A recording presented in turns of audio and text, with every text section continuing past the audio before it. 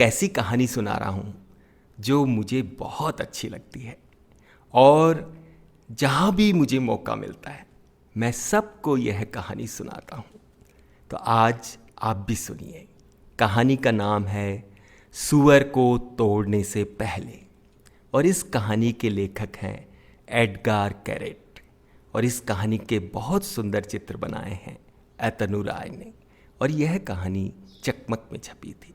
इन सभी का बहुत बहुत आभार। तो शुरू करते हैं। सूअर को तोड़ने से पहले पापा मुझे बार्ट सिम्पसन का गुड्डा खरीद कर नहीं देने वाले। माँ ने हाँ भी भर दी थी, लेकिन पापा का कहना है मैं तो बिगड़ गया हूं, क्यों लेके दें इसे? हाँ, उन्होंने माँ से कहा। नहीं, बताओ कहाँ लेके दें? इसके मुंह से फरमाइश लिखनी नहीं कि तुम पूरी करने कूद पड़ी, पापा ने कहा। मैं पैसे को तो कुछ समझता ही नहीं हूं।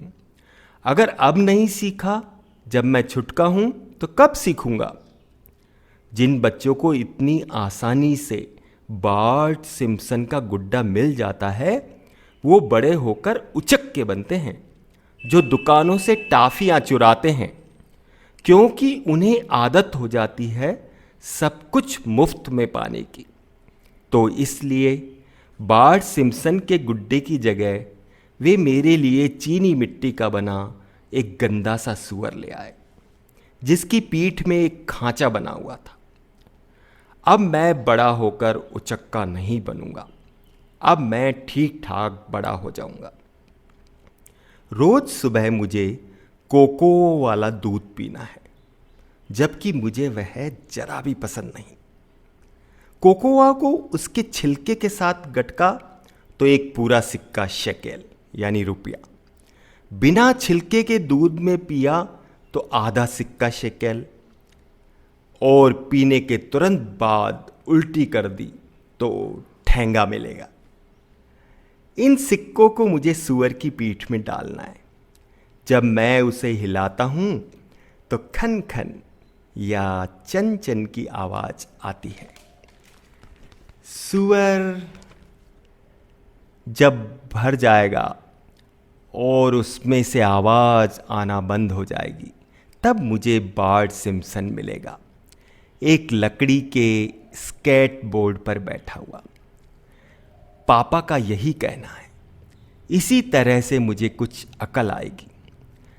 वैसे सूअर सुंदर है, उसकी नाक को छुओ तो वह ठंडी लगती है, और जब पीठ के खांचे में से शेकल अंदर डालो तो वह मुस्कुराता है।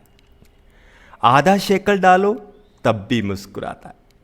लेकिन सबसे अच्छी बात यह है कि जब कुछ भी न डालो तब भी मुस्कुराता है। मैंने इसका नाम भी रख दिया है, मार्गोलिस।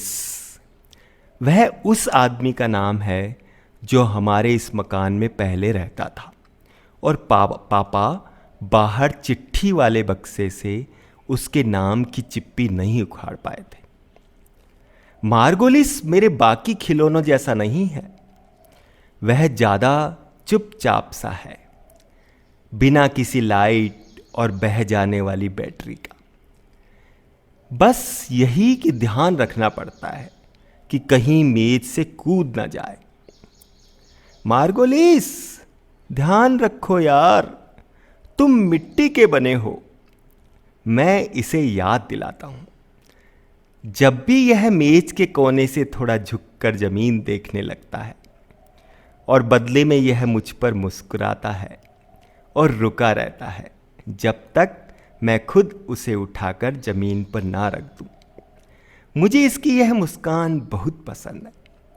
सिर्फ इसी वजह से ही मैं हर रोज कोकोआ छिलके के साथ पीता हूं, ताकि इसकी पीठ में पूरा एक शेकल डाल सकूं और देख सकूं कि कैसे इसकी मुस्कान जरा भी नहीं बदली।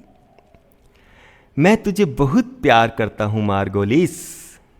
सिक्का डालने के बाद मैं उसे बताता हूं, सच्ची, मैं तुझे माँ और पापा से भी ज्यादा प्यार करता हूं और हमेशा करूंगा। भले ही तुम कभी दुकानों से टॉफियां चुराने लग जाओ, पर कभी मेज से कूदने की सोचना भी मत। कल पापा आए और मार्गोलिस को मेज से उठाकर जोर जोर से हिलाने लगे। उसे उल्टा पलटा करके देखने लगे। धीरे से पापा, मैंने कहा, आप उसका पेट दुखा दोगे। लेकिन पापा नहीं रुके। यह कोई आवाज नहीं कर रहा, समझ गए ना इसका क्या मतलब है? समझे कि नहीं? कल तुम्हारा बार्ट सिम्पसन मिल जाएगा, स्केटबोर्ड पर बैठा हुआ। ठीक है पापा, अच्छा है, मैंने कहा। स्केटबोर्ड पे बार्ट सिम्पसन देख के मजा आएगा, लेकिन अब मार्गोलिस को हिलाना बंद करो, उसे चक्कर आ जाएंगे। पापा ने मार्गोलिस को वापस मेज पर रखा और मां को बुलाने चले गए। वे 1 मिनट में ही वापस आ गए, एक हाथ से मां को खींचते हुए और दूसरे हाथ में एक हथौड़ा लिए। देखा, मैंने कहा था ना, उन्होंने मां से कहा। अब इसे चीजों का मोल समझ में आया है ना योआवी? हाँ बिल्कुल, मैंने कहा, पक्का समझ आ गया। लेकिन यह हथौड़ा किस लिए? तुम्हारे लिए, पापा ने कहा और हथौड़ा मेरे हाथ में दे दी। बस ध्यान से थोड़ा, हाँ ध्यान से ही, मैंने कहा और ध्यान से उसे पकड़ा भी। लेकिन थोड़ी देर में ही पापा परेशान हो गए और बोले, करो अब, तोड़ो इस सुअर को। क्या? मैंने पूछा। मार्गोलिस को तोड़ दूं? हाँ हाँ, मार्गोलिस, पापा ने कहा। मारो एक, तोड़ दो। अब तुम्हारा हक है बार्ट सिम्पसन पर, तुमने इतनी मेहनत की है उसके लिए। मार्गोलिस ने मेरी तरफ एक उदास सी मुस्कुराहट से देखा।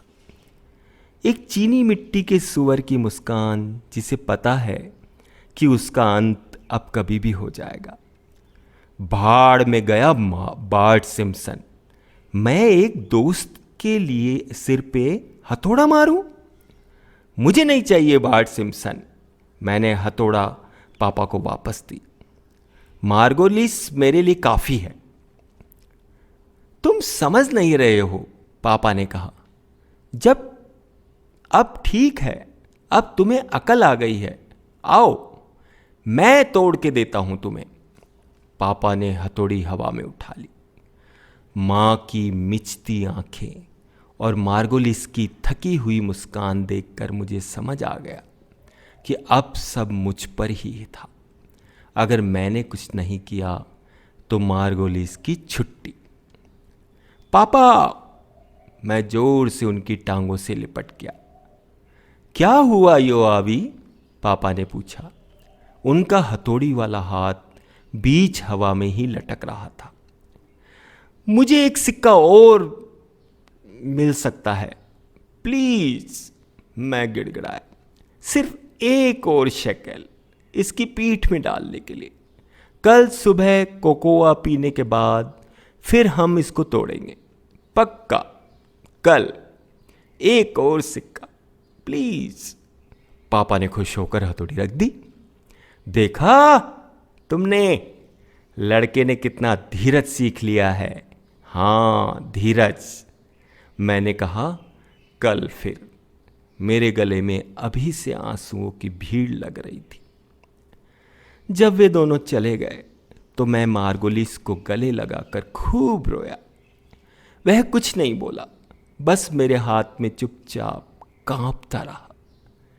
चिंता मत कर, मैंने उसके कान में कहा, मैं तुझे बचा लूंगा। उस रात मैं तब तक रुका रहा जब तक पापा टीवी देखकर अपने कमरे में सोने नहीं चले गए। उसके बाद मैं चुपचाप उठा और मार्गोलिस को लेकर छज्जे के रास्ते बाहर निकल गया। हम लोग अंधेरे में बहुत दूर तक चलते रहे, जब तक हम उस कांटों वाले खेत के पास नहीं पहुंच गए। सुअर खेत के लिए पागल होते हैं, मैंने मार्गोलिस को बताया और उसे जमीन पर रख दिया। खासकर ऐसे कांटों वाले खेत, तुम्हें यहां अच्छा लगेगा। मैंने उसके जवाब का इंतजार किया, लेकिन मार्गोलिस कुछ नहीं बोला। जब मैंने बाएं बाएं बोलने के लिए उसकी नाक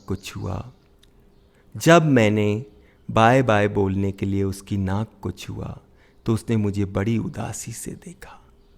उसे पता था कि वह मुझसे अब दोबारा कभी नहीं मिलेगा। शुक्रिया। नमस्कार। आज मैं आपको